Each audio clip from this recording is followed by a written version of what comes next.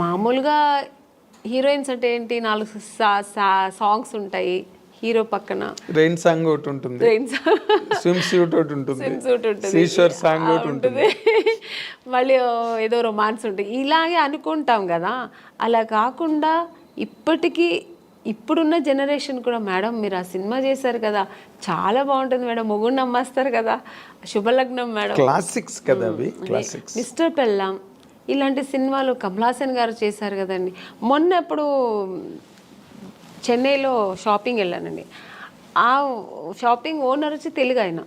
First నేను ఏదో makeup things వెతుకుతున్నాను, మీరు మేకప్ ఆర్టిస్ట్ అండి అన్నారు. అండ్ నేను మామూలు వితౌట్ మేకప్లో వెళ్ళాను. నేను మేకప్ ఆర్టిస్ట్ కాదండి, నాకు మేకప్ థింగ్స్ అంటే. తర్వాత ఆయన కొంచెంసేపు అయిన తర్వాత, కాసేపు తర్వాత ఆయన గుర్తుపెట్టాడు, మీరు ఆమ్ని గారు కదండి. బాబాయ్ ఏంటండి ఇలా సన్నబడిపోయారు అన్నారు. సన్నగా ఉంటేనే అండి మళ్ళీ ఛాన్స్ దొరుకుతాయి, లేదంటే దొరకదు, లావ్ అయిపోతే ఎలాగా అన్నాను. అప్పుడు అన్నారు, మేడం మీరు అసలు మిస్టర్ పెళ్ళాం ఏం యాక్టింగ్ అండి అంటే, కొంతమందికి మిస్టర్ పెళ్ళాం నచ్చుతుంది, కొంతమందికి శుభలగ్నం నచ్చుతుంది. అలా డిఫరెంట్ రోల్స్ నేను చేసే అవకాశాలు నాకు. సో ఎక్కడ అసంతృప్తి అన్నది ఎక్కడ లేదు. అంటే అసంతృప్తి అంటే అది చేద్దాం అనుకుని నేను చేయలేపాను, లేకపోతే ఒకరితో చేద్దాం అనుకుని ఆ కాంబినేషన్ ఇప్పటికీ ఉందండి అది అసంతృప్తి. ఇప్పుడు మన శ్రీదేవి గారు చేశారు దాన్ని, మీండం కోకిల, అది వసంత కోకిల, ఆ క్యారెక్టర్ నాకు చేయాలని ఉంది, మిగిలిపోయింది కదా. ఇప్పుడు మళ్ళీ చేయలేము ఆ క్యారెక్టర్ చేయాలంటే. అవును, ఆ స్టేజ్ ఆ ఏజ్ దాటిపోయి. అవును, అది అలాంటి సినిమా. అలాగే ఇప్పుడు రీసెంట్గా మనం బాహుబలిలో రమ్యకృష్ణ గారు అసలు ఎక్సలెంట్ క్యారెక్టర్ కదా అది. సో అలాంటి క్యారెక్టర్లతో దొరికితే నేను చేయాలి అనిపిస్తుంటుంది. ఆర్టిస్ట్కి ఎప్పుడు అసంతృప్తి తృప్తి అనేది ఉండదు. ఈ క్యారెక్టర్ నేను చేయాలి, ఆ క్యారెక్టర్ నేను చేయాలి, అన్నీ నేనే చేయాలి, అది కామన్ గా ఉండేది తప్ప. బట్ నేను అనుకోని క్యారెక్టర్స్ కూడా నేను చేశాను కదా. అది ఇప్పుడు శుభలగ్నం అని నేను అనుకోలేదు, ఊహించిన క్యారెక్టర్స్ అవన్నీ. సో ఒక పక్కన ఆ సంతోషం కూడా ఉంది. కానీ మీరు అంతమందితో చేశారు కానీ ఒక్కళ్ళతో మిస్ అయ్యారు. తెలుసండి మీరు ఎవరిని అడుగుతున్నారని. ఎవరు చెప్పండి. మా మెగాస్టార్ చిరంజీవి గారు. అదొక్క అసంతృప్తి ఉందండి, ఆర్టిస్ట్గా అదొక్కటి ఉంది. ఎందుకంటే ఆ టైంలో ఆయనతో చేయడానికి అవకాశం రాని హీరోయిన్ మీరు ఒక్కరే. సౌందర్య చేసింది వచ్చిందండి, నాకు అవకాశం రాలేదు. నేను ఎప్పుడు ఆయన్ని జపిస్తూ ఉండేదాన్ని కదా, ఎలా దేవుడిని జపించేదాన్నో అలాగా. నేను చిన్నప్పుడు స్కూల్కి వెళ్ళే టైంలో ఆయన మన రాధా గారి సినిమాలు, విజయశాంతి గారు పక్కన చేసిన సినిమాలని ఎక్కువ చూసేదాన్ని. నాకు అక్కడే నేను చిరంజీవి గారు ఫ్యాన్ అయ్యాను. అసలు ఆ చిరంజీవి గారు అంటే ఇంకా పిచ్చి, సినిమా ఎంత పిచ్చో అంతే పిచ్చి నాకు చిరంజీవి గారు అంటే.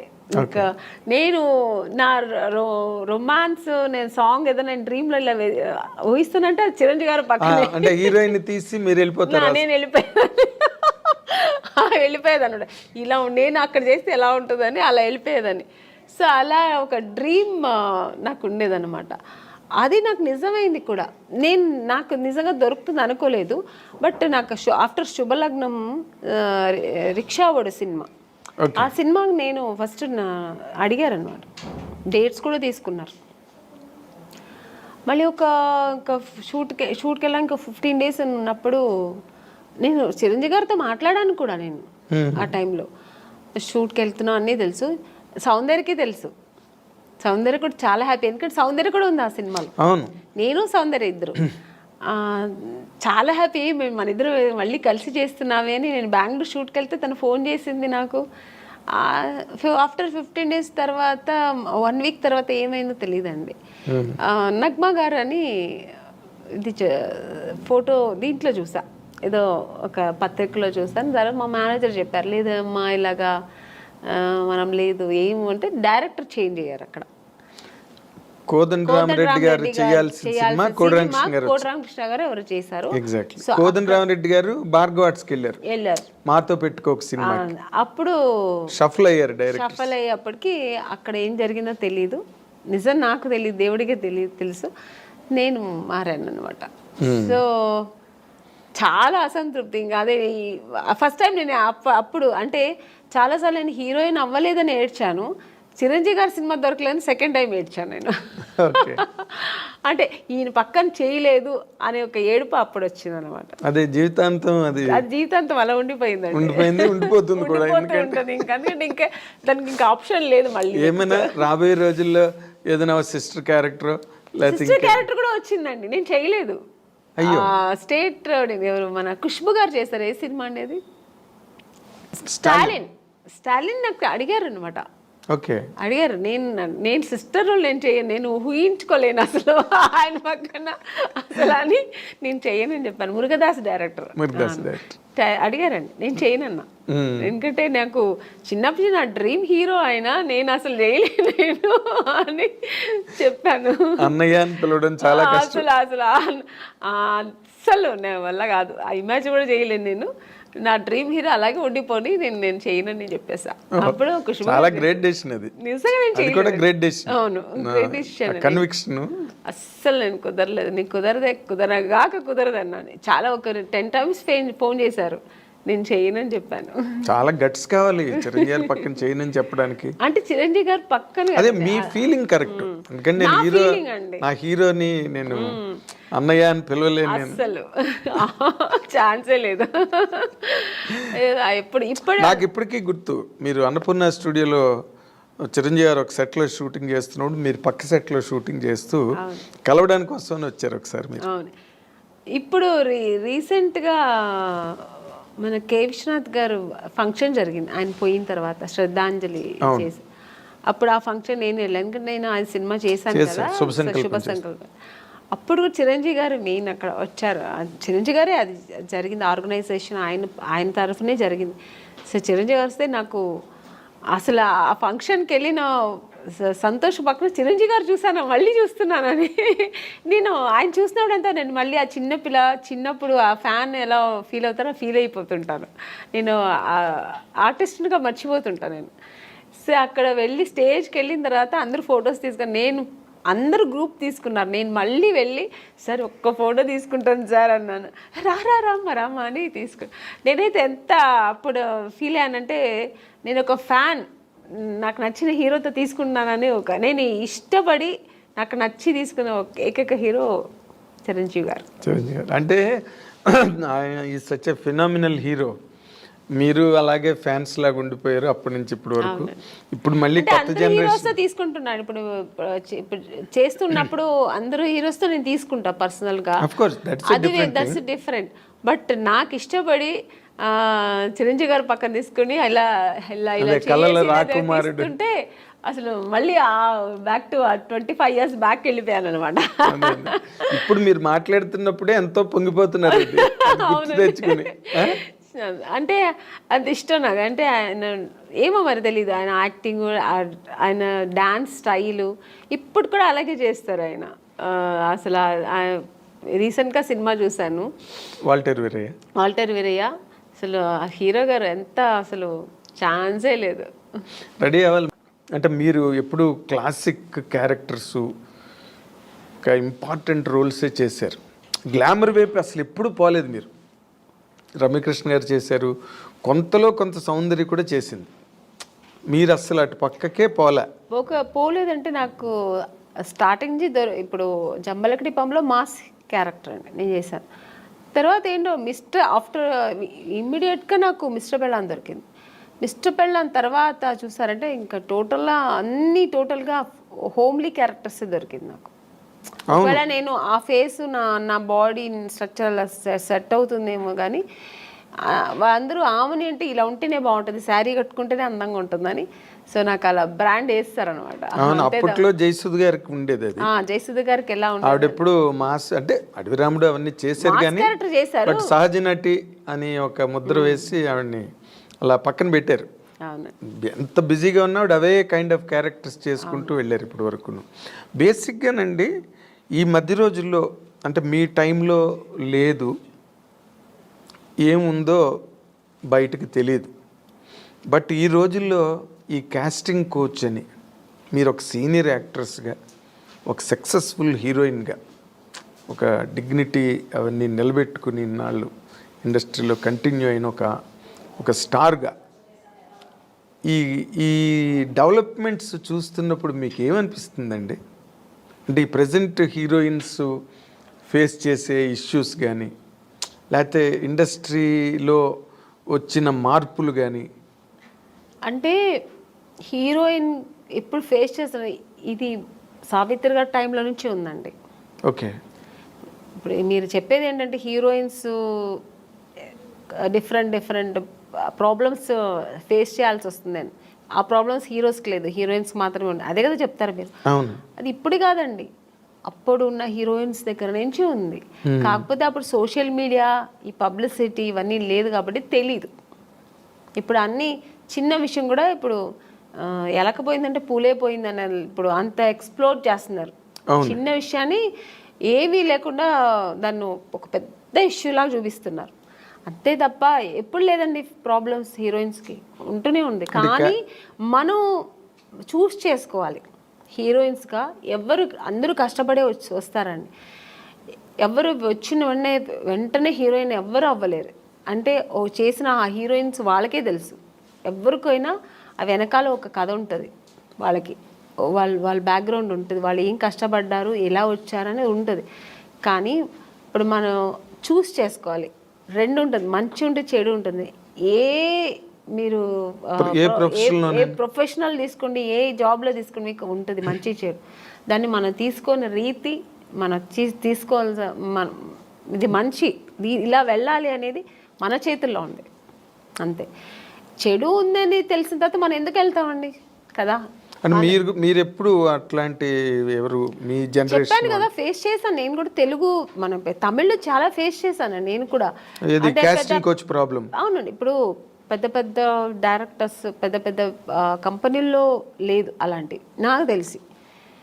కొన్ని కొత్త కంపెనీస్ వస్తాయి, కొత్త వాళ్ళు వస్తారు, సడన్గా ఆఫీస్ వేసుకుని హీరో.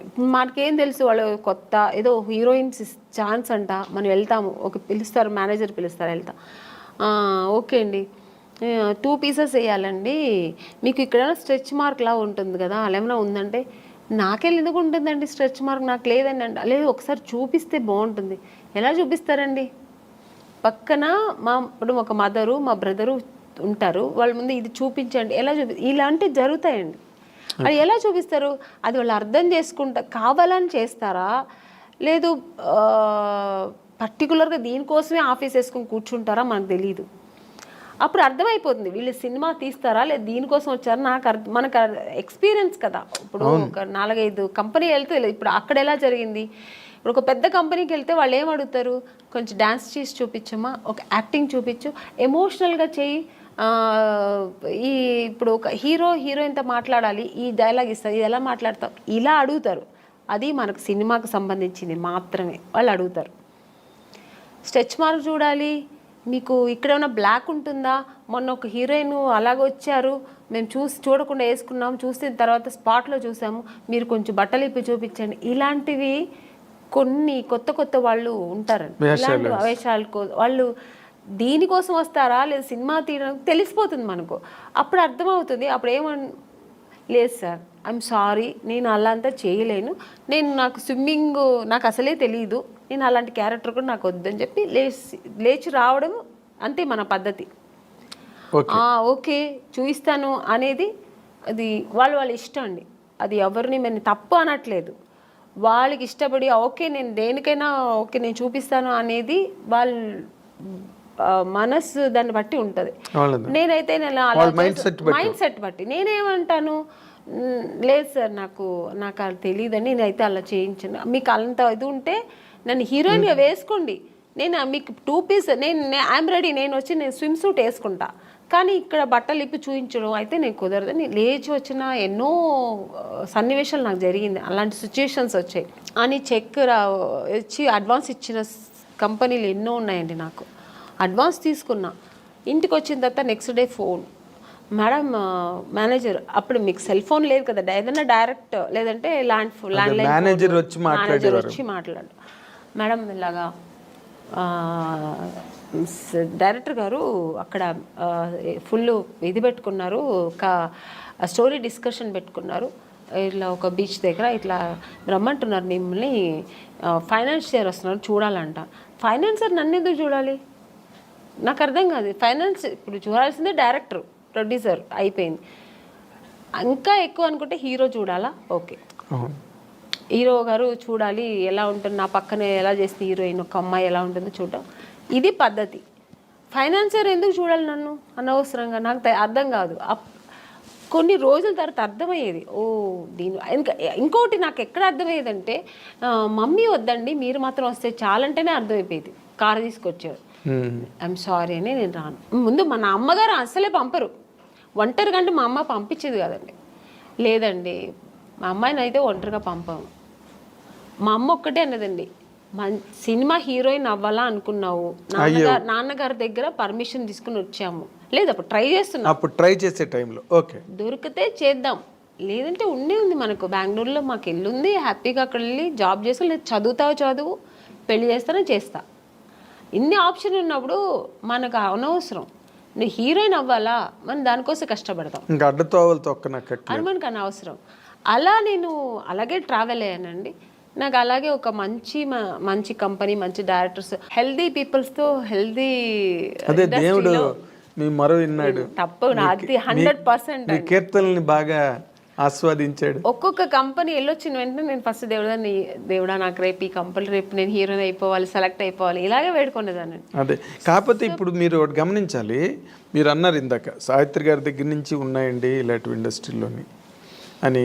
కాకపోతే ఇప్పుడు సోషల్ మీడియా రావడం వల్ల, కానీ హీరోయిన్లే పోలీస్ కంప్లైంట్లు ఇచ్చి కొంతమంది బాంబే నుంచి వచ్చిన వాళ్ళు, లేకపోతే ఏదో మొత్తానికి అలాంటివన్నీ జరగడం, అవన్నీ యూట్యూబ్లో వాళ్ళు వచ్చి వీడియోలు రిలీజ్ చేయడం, ఒక రకమైన డిస్టర్బెన్స్ అన్నది కొన్ని అన్ని చోట్ల అని కాదు, ఇన్ని సినిమాలు వస్తున్నాయి ఎక్కడ జరగవు కానీ, బట్ జరిగినవి మాత్రం చెప్తున్నాను కదండి, ఇండస్ట్రీ పరువు తీయడానికినే వచ్చిన వాళ్ళు అయితే ఇది జరగదండి. ఇంకా వేరే థాట్స్ మీద వస్తారండి కొంతమంది. ఇక్కడ హీరోయిన్లు ఉంటారు, ఇలా ఉంటారు, మనం ఇది సినిమా తీస్తూ ఇది కూడా చేయొచ్చు అనే వాళ్ళు కొంతమంది వస్తారు. అక్కడ ఇలాంటి తప్పులు జరుగుతాయి. ఓన్లీ సినిమాని నమ్ముకొని సినిమాని లవ్ చేసి ఒక సినిమా మనకు ఇండస్ట్రీలో ఈ ప్యాషన్తో వచ్చేవాళ్ళు, కళాకారులుగా వచ్చేవాళ్ళు ఎప్పుడు ఈ తప్పులు అక్కడ ఈ తప్పులు జరగదండి. వేరే థాట్స్ కూడా ఉంటాయి చూడండి దాంతోపాటు, లేదంటే ఆ థాట్స్ మాత్రమే అనుకొని వస్తారు కదా, అక్కడ ఈ తప్పులు జరుగుతాయి. సో అక్కడ కొంతమందికి ఇలా జరుగుతాయి. అవును. తర్వాత మీటూ అనేది కూడా అలాగే ఆడవాళ్ళు కూడా అండి, ఏ హీరోయిన్ కూడా మనం ఇలా అయిపోవాలి, చెడుగానే ఉండాలి, చెడు దారి తొక్కాలని ఎవ్వరు రారండి. అందరూ ఒక డ్రీమ్తో వస్తారు. ఏ అమ్మాయి అయినా సరే నేను ఒక హీరోయిన్ అవ్వాలి, ఎవరికి ఆశ అందరికీ సొంతం కదండి. నేను కూడా శ్రీదేవి గారి లాగా కావాలి, నేను కూడా ఒక నగ్మా గారి లాగా కావాలి, నేను కూడా ఒక విజయశాంతి గారు లాగా నేను కూడా ఈ సినిమా ఇండస్ట్రీలో అవ్వాలని అనుకోవడం తప్పలేదు. అందరూ ఆశతోనే వస్తారు కదా. సక్సెస్ అయ్యేది కొంతమంది, సక్సెస్ అవ్వకుండా వెనక్కి తిరిగిపోవడం కొంతమంది. ఆ టైంలో కొంతమంది ఇలా జరిగితే దానికి పాప వాళ్ళు ఏం చేస్తారండి, నమ్మకం, ఒకవేళ మనం హీరోయిన్ అయిపోతామేమో అని ఒక నమ్మకంతో కొన్ని తప్పులు జరిగిపోవచ్చేమో, నాకు తెలీదు మరి. అలాంటప్పుడు కొంచెం ఇలా వాళ్ళు లైఫ్లో ఇలా మిస్ అవుతుంటాయి. అవును, మీటూ అనేది కూడా చాలా పెద్ద మూమెంట్. తమిళ్లో రేవతి గారు వాళ్ళందరూ కూడా దాన్ని, జయసూద్ గారు ఇక్కడ, ఆ మీటూ అనేది కూడా చాలా పెద్ద రేంజ్లోనే జరిగింది. దానిలో మీరు పార్టిసిపేట్ చేశారు? లేదండి, నేను చెప్పాను, నాకు మా ఇంట్లో నా సమస్యలు ఎక్కువ ఉంటాయి, ప్రాబ్లమ్స్.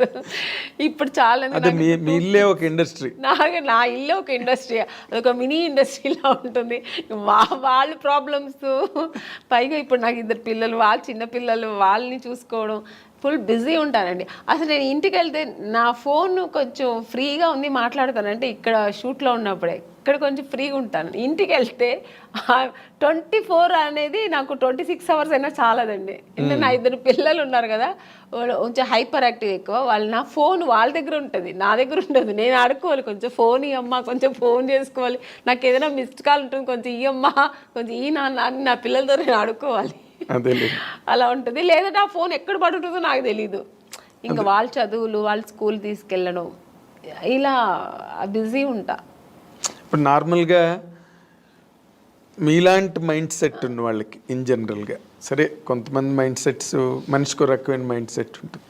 ఇప్పుడు అంతా మీరు ఒక సింగిల్ హ్యాండ్ ఫైట్ లాగా మీ లైఫ్ కదా. కదా, అవునండి. అప్పుడేమో పెళ్ళికి ముందు అన్ని బాధ్యతలు మీ మీద వేసుకుని అన్ని ఇంట్లో ఫాదరు మదరు మీరే అయ్యి అన్నీ చేశారు. ఇప్పుడు మళ్ళీ ఫాదరు మదరే అయ్యారు మీ పిల్లలకి. అవునండి కదా, సింగిల్ హ్యాండ్ ఫైట్. ఇప్పుడు మళ్ళీ ఈ లైఫ్ ఎలా అనిపిస్తుంటుందండి మీకు ఇన్ జనరల్గా? అంటే ఇక్కడ ఫాదరు మదర్ అని కాదు, నేను ఎక్కువ కేర్ తీసుకుంటుంటాను. ఇప్పుడు అప్పట్లో కూడా మా నాన్నగారు మా అమ్మగారు అందరూ ఉన్నా కూడా, అది చెప్పాను కదా, ఇంట్లో ఒక వస్తువు లేదంటే దాన్ని నేనే ఇంట్రెస్ట్గా నాకు ఇది కావాలి, ఇది ఇంట్లో ఇలా ఉండాలి, మా ఇల్లు కూడా ఇలా ఉండాలి, మా ఇంట్లో కూడా కార్పెట్ వేయాలి, మా ఇంట్లో కూడా సోఫా ఉండాలి, ఇలా ఆలోచిస్తుంటాను. వాళ్ళ ఇంట్లో ఉంటే మనకెత్తుకు మేము ఇలాగే ఉంటాం అని ఉండదు నాకు. ఒక ఇంట్లో చూసానంటే ఆ కెపాసిటీ మనం కూడా ఎందుకు కొనలేమా, కొనొచ్చు కదా అని ఆ మైండ్ సెట్ అలాగే లైఫ్లో కూడా వచ్చింది. ఇప్పుడు మన పిల్లలు ఆ అమ్మాయి స్విమ్ చేస్తారు, ఎందుకు మా సిస్టర్ కూడా నేర్చుకుని అలాగే ఇప్పుడు మా పిల్లలు కూడా. సో అందుకని అమ్మా నాన్న వాళ్ళకి ఉన్నా కూడా వాళ్ళు చెయ్యనేది నేను చేస్తాను. అలాగే ఇప్పుడు కూడా అంతే, మా పిల్లలు కూడా నేను ఎక్కువ ఇంట్రెస్ట్ చేస్తాను. ఇప్పుడు కూడా మా పిల్లల అదర్ యాక్టివిటీస్ అంటే నేనే వెళ్తుంటాను, నేర్చుకోమంటుంటాను.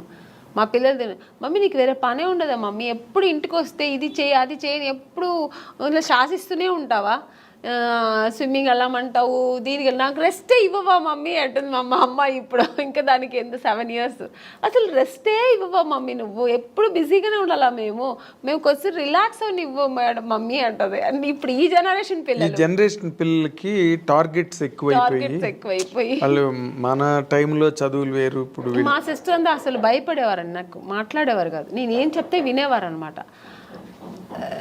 5 o'clock లేవా, ఓకే అమ్మ అక్క లేస్తున్నాను అక్క అంతే.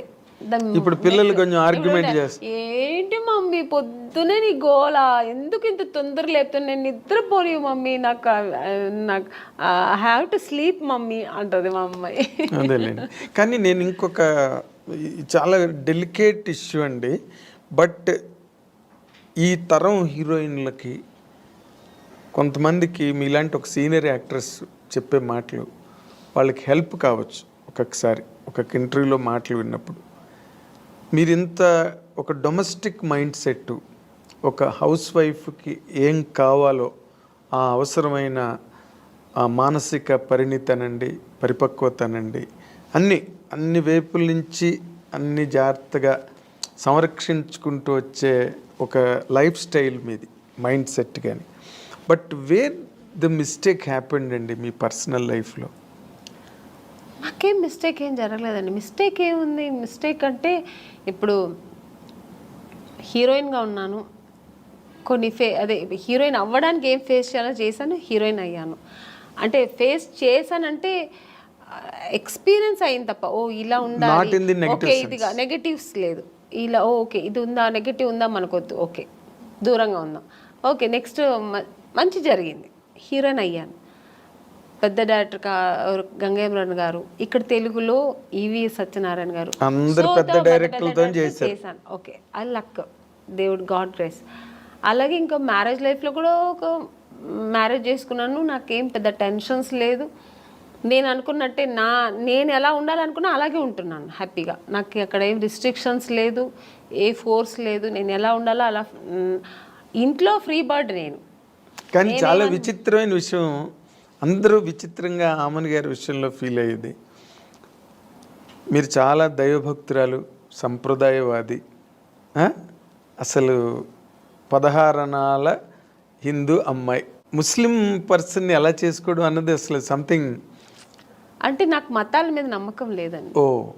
నాకు రిలీజియన్ అనేది ఏం లేదు, ఆడ మగ అంతే.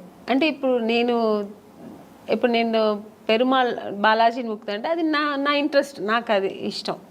అందుకని అల్లా ముక్తున్న తప్ప నేను అనట్లేదు, జీసస్ ముక్త తప్పనట్లేదు. జీసస్ నాకు ఇష్టమైతే నేను ఇప్పుడు నాకు కూర్చున్నప్పుడు చర్చికి వెళ్ళాలి అనిపిస్తే వెళ్తాను. అలాగా నాకు చర్చికి వెళ్ళే వాళ్ళు చాలా మంది అలాగే నాకు ఫ్రెండ్స్ కోసం కూడా రిలీజియన్ మతాల మీద పెద్ద ఇదేం లేదు నాకు. సో అందుకని నాకు ఆ ప్రాబ్లమ్స్ లేదు. కానీ నాకు ఇష్టం పూజలు చేయడం, ధ్యానం చేయడం, మంత్రాలు చదవడం, ఇవి నాకు ఇంట్రెస్ట్, అది నేను చేసుకుంటా. అందుకని వేరే వాళ్ళ మీద నువ్వు ఇలాగే చేయాలి, ఇదే నమ్మండి, ఇది చేయండి అని నేను ఎవరిని ఫోర్స్ చేయను. వాళ్ళు చేస్తున్నది కూడా నేను తప్పని నేను అన్నాను. అదే రుద్దరు మీ అభిప్రాయం ఎదుటి వాళ్ళ మీద రుద్దను. వాళ్ళు చేస్తున్న అంటే మీ మదర్ వైపు నుంచి కానీ ఎప్పుడు అపోజిషన్ రాలేదా? నాకు ఏది ఇష్టమో ఎవరు నన్ను ఎప్పుడు ఏమనలేదండి. ఓ గ్రేట్. మా అమ్మగారు ఒక్కటే, నువ్వు ఎవరైనా పెళ్లి చేసుకో, ఎలాగైనా చేసుకో, ఎలా అయినా ఉండు, సినిమా ఇండస్ట్రీని వదలద్దు.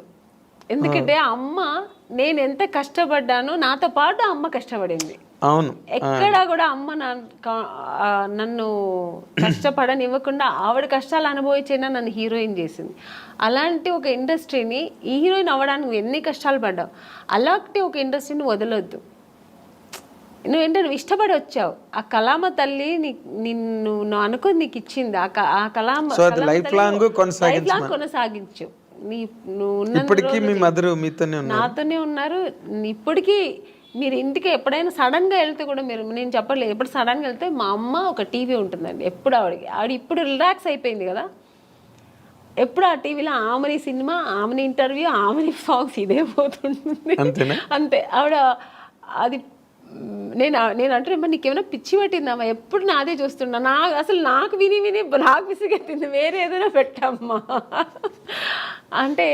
అలా అమ్మ చాలా ఇష్టపడుతుంది, ఆ ఫీల్డ్ని ఇష్టపడుతుంది. నేను చేయడం అనేది ఆవిడకి అంతకంటే ఇష్టం. సో అందుకని నన్ను ఎప్పుడు అమ్మ అనేది, షూటింగ్ వెళ్తానంటే నాకంటే ఎక్కువ సంతోషపడేది మా అమ్మాయి ఇప్పటికీ. అంటే మీరు ఈ షూటింగ్ వెళ్తున్నావమ్మా, ఓకే ఓకే అంటారు. అదే ఆనందం, బికాజ్ మీరు పడ్డ కష్టానికి దొరికింది అంత సక్సెస్ దొరికింది. ఆ సక్సెస్ ఇప్పుడు అలాగే ఉండాలి, ఆ ఇండస్ట్రీని వదలొద్దు అంటుంది అమ్మ. ఎగ్జాక్ట్లీ. అంటే ఇప్పుడు మీరు ముస్లిం పర్సన్ చేసుకున్న కారణంగా ముస్లిం మతం తీసుకోవడం అలాంటివి ఏం చేయలేదా మీరు? ఏమీ లేదండి. నేను ఎలా నేను ఎలా ఉన్నానో అలాగే ఉన్నాను, అలాగే ఉంటూ ఉంటాను. నాకు ఏది అలాంటి ఒక ప్రాబ్లమ్స్ ఏమీ లేదు. గొప్ప విషయం అది. ఎప్పుడు లేదు, ఇప్పుడు లేదు, ఎప్పుడు లేదు. ఎందుకంటే చాలా మంది వెంటనే ముస్లిం మతం తీసుకుని, అంటే ముస్లిం అని కాదు ఏ మతం వాళ్ళని చేసుకుంటే, నేను అలా ఉంటే అసలు నాకు అలాంటి కాంట్రవర్సీ నాకు ఫస్ట్ ఆఫ్ ఆల్ నచ్చదు. ఇలా ఉంటేనే అలాగా ఫోర్స్ అసలే నచ్చదు నాకు. ఓకే. నాకు ఎప్పుడు నాకని కొన్ని ఎథిక్స్, కొన్ని ఫ్రీడమ్స్ ఉంటాయి. అది ఏ విషయంలో అయినా, ఇది ఒక మ్యారేజ్ అనే కాదండి, పిల్లల విషయంలో కూడా అంతే. ఇప్పుడు నేను పూజ చేస్తున్నా అంటే నన్ను డిస్టర్బ్ చేయకూడదు 1 hour. నా పిల్లలైనా సరే నేను నెమ్మదిగా నేను అనుకున్న పూజ నేను జరిపించేయాలి, అలా అనుకుంటాను. అది నాకు జరగాలంతే. సో ఇప్పుడు ఈ ఇంత లాంగ్ స్ట్రెచ్ ఆఫ్ లైఫ్, అవతల కెరీరు, ఫ్యామిలీ లైఫ్, ఇవన్నీ కూడా ఇప్పుడు ఒకవేళ ఫ్యామిలీ లైఫ్లో ఏదైనా వచ్చిన డిస్టర్బెన్సెస్ని కూడా మీరు అన్నిటినీ ఓవర్కమ్ చేసే మెంటల్గా బాగా సెట్ అయి ఉన్నారండి, లేకపోతే స్టిల్ యూ ఫీల్ ఫస్ట్? ఏమీ లేదు, నాకు అసలు ఏ ప్రాబ్లమ్స్ లేదు మెంటలీగా కానీ, నాకు అసలు ఆ మానసిక ప్రాబ్లం ఏమీ లేదండి. హ్యాపీగా ఉన్నా, ఐఎమ్ వెరీ హ్యాపీ. నాకు మెయిన్ ఫస్ట్ నాకు ఇండస్ట్రీ అండి, నేను ఇష్టపడి వచ్చిన ఇండస్ట్రీ. సో అది హెల్తీగా నాకు ఇప్పటి వరకు నేను వెళ్తున్నా జర్నీ. సెకండ్ నా పిల్లలు, నా ప్రపంచం ఇదే, నా ప్రొఫెషనల్ నా పిల్లలు, ఇది నా ప్రపంచం. దీని తర్వాత ఏదైనా ఆలోచిస్తాను, దీని తర్వాత సెకండరీ, ఇంటికి సెకండరీ. నేను ఇక్కడ వస్తే నా ప్రొఫెషనల్ ఓన్లీ ఫోకస్ దీంట్లోనే ఉంటుంది. ప్యాకప్ అంటే నెక్స్ట్ ఫ్లైట్ ఏది ఉంటే వెళ్ళిపోతుంటా ఇంటికి, ఎందుకంటే నా పిల్లలు వెయిటింగ్ అక్కడ, ఎందుకంటే వాళ్ళు చాలా మిస్ అవుతుంటా. అవును. సో జయసుద్ గారు కూడా 6 రోజులే ఎట్ స్ట్రెచ్ షూటింగ్ చేసి మళ్ళీ 3 days బ్రేక్ తీసుకున్నారు. నేను బ్రేక్ తీసుకోనండి, నాకు బ్రేక్ వస్తుంది. ఇప్పుడు వచ్చింది అనుకోండి, ఇప్పుడు 3 days బ్రేక్ వస్తుంది, వెళ్ళిపోతా. ఫస్ట్ నా పిల్లలు వాళ్ళు నా కోసం వెయిట్ చేస్తాను, మమ్మీ ఎప్పుడు ఫోన్లో ఎప్పుడు వస్తావు మమ్మీ, ఎప్పుడు వస్తా, ఆ పిలుపుకు వెళ్ళిపోయి ఫస్ట్ ఇంకా వాళ్ళతో ఎన్ని టెన్షన్స్ ఉన్నా వాళ్ళతో వెళ్తే మొత్తం నేను ఇంకా అక్కడ మర్చిపోతాను అన్ని. వాళ్ళ టెన్షన్స్, వాళ్ళని స్కూల్కి తీసుకెళ్ళడం, మార్నింగ్ వాళ్ళు రెడీ చేయడం, వాళ్ళని స్కూల్ నుంచి తీసుకురావడం, వాళ్ళకి ఏది మంచి కావాలి చెడు కావాలి వండి పెట్టడం, వాళ్ళని బయట తీసుకెళ్ళడం, ఇంకా వాళ్ళ విషయంలో బిజీ ఉంటాను అన్నమాట. చిరంజీవి గారితో చెయ్యాలనుకుని చేయలేపారు లైఫ్లో. ఇప్పుడు చిరంజీవి గారు అబ్బాయి రామ్ చరణ్ అసలు ఇంటర్నేషనల్ గ్లోబల్ స్టార్. అవునండి. రామ్ చరణ్తో చేసే అవకాశం ఏమైనా ఉందా మీరు? ఇప్పుడు లేదు, వస్తే మాత్రం చేస్తానండి హ్యాపీగా. అదే రామ్ చరణ్ తర్వాత ఇప్పుడు ఈ younger generation heroes junior NTR గారు కానీ, మహేష్ బాబు కానీ, అవకాశాలు ఏమైనా వచ్చాయా మీకు ఇప్పుడు వరకు? మహేష్ బాబు గారు సినిమా చేశాను రీసెంట్గా, ఇంకెవరితో చేయ అవకాశం రాలే, వస్తే మాత్రం హ్యాపీగా చేస్తానండి, చాలా సంతోషంగా చేస్తాను. వాళ్ళు బాగా మీకు ఇష్టమైన హీరో ఎవరండి యంగర్ జనరేషన్లో? అందరూ ఇష్టమే. ఎక్కువ అనుకుంటే నాకు జూనియర్ ఎన్టీఆర్ గారు అంటే చాలా ఇష్టం. అవునా? ఆయన సినిమాలు బాగా చూస్తుంటా ఇప్పట్లో. అంటే ఎందుకు అంటే ఆయన కూడా బాగా డాన్స్ ఎనర్జెటిక్గా బాగా చేస్తారు. అంటే అందరూ చెయ్యరని చెప్పట్లేదు. ఇప్పుడు రామ్ చరణ్ గారు కానీ, మన మహేష్ బాబు గారు అందరూ ఇష్టమే. కానీ ఆయన సినిమాలు ఏదో కొంచెం ఎక్కువ మాస్ ఎక్కువ ఉంటుంది కొంచెం. సో అదే మాస్ హీరో అందుకని ఆయన ఫస్ట్ ఇది కూడా బిగ్ బాస్ చేసేది కూడా నేను చాలా ఇంట్రెస్ట్గా చూసాను నేను. అవునా? అంత చిన్న వయసు అంత చక్కగా మాట్లాడడం అన్ని చక్కగా స్పీకర్. నెక్స్ట్ ఇప్పుడు నాగార్జున గారిది కూడా బాగుంది. బట్ జూనియర్ ఎన్టీఆర్ గారు ఫస్ట్ టైం చేశారు కదా అలాంటిది ఈవెంట్, ఆయన చేయడం ఫస్ట్ టైం కదా అది. Exactly. So very very nice Amman గారు, చాలాసేపు మా స్టూడియోకి వచ్చి చాలా చాలా విషయాలను మీరు గుర్తు చేసుకున్నారు, చెప్పారు. చాలా హ్యాపీ. మీ సెకండ్ ఇన్నింగ్స్ కూడా మంచి మంచి క్యారెక్టర్లు, మళ్ళీ ఒక 25 ఏళ్ళ తర్వాత మిమ్మల్ని ఎవరైనా ఇంటర్వ్యూ చేస్తే మళ్ళీ ఈ క్యారెక్టర్లన్నీ చెప్పి మాట్లాడండి, మంచి క్యారెక్టర్స్ మీరు చేయాలని. మీకు మీరు నమ్మే దేవుడు అన్నీ మీకు ఇంకా బాగా ఇచ్చి హ్యాపీ లైఫ్ ఇవ్వాలని కోరుకుంటూ ఈ wish you all the very best from the I dreams side అండి. This is what our eminent actress ఆమెన్ గారు, ఆవిడ తాలూకు అనుభవాలు, లైఫ్ జర్నీ, క్యారెక్టర్స్ అన్నీ చాలా టైం తీసుకుని మనతో డిస్కస్ చేసినందుకు మన అందరి తరఫున ఆవిడకి థ్యాంక్స్ చెప్తున్నాను. Thank you for watching.